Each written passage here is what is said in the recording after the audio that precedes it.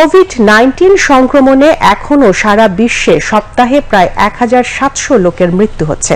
এজন্য ঝুঁকিপূর্ণ জনগণকে এই রোগের টিকা গ্রহণের আহ্বান জানিয়েছে বিশ্ব স্বাস্থ্য সংস্থা।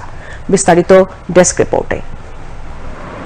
করোনা মহামারীর সেই দুঃসহ স্মৃতির কথা এখনো ভোলেনি বিশ্ববাসী। তবে সংক্রমণের হার কমায় টিকা কার্যক্রমে অনেকটা গাছড়া ভাব দেখা দিয়েছে প্রায় সারা দুনিয়ায়।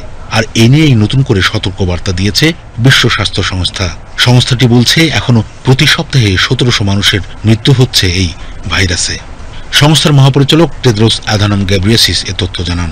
তিনি করোনা ভ্যাকসিনের কাভারেজ হ্রাসের বিষয়ে একটি সতর্কবার্তা দেওয়ার পাশাপাশি ঝুঁকিপূর্ণ জনগোষ্ঠীকে নতুন করে টিকা গ্রহণের আহ্বান জানান।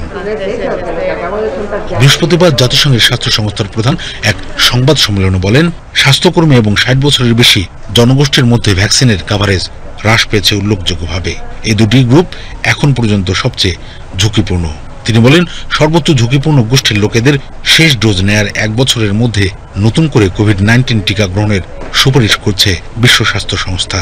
সংস্থাটি করোনা ভাইরাস নজরদারি ও সিকোয়েন্সিং বজায় রাখতে এবং সাশ্রয়ী মূল্যের নির্ভরযোগ্য পরীক্ষা, চিকিৎসা ও ভ্যাকসিনের পর্যাপ্ত সুবিধা নিশ্চিত করার জন্য সরকারগুলোকে আহ্বান জানিয়েছে।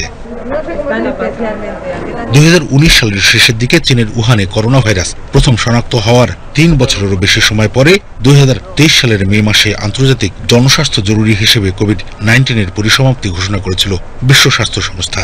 সংস্থাটির হিসেব মতে সে সময় কমপক্ষে 7 মিলিয়ন মানুষের মৃত্যু হয়েছিল করোনা ভাইরাসে। নুরুল ইসলাম খন্দকার, আন্তর্জাতিক ডেস্ক, বাংলাদেশ টেলিভিশন।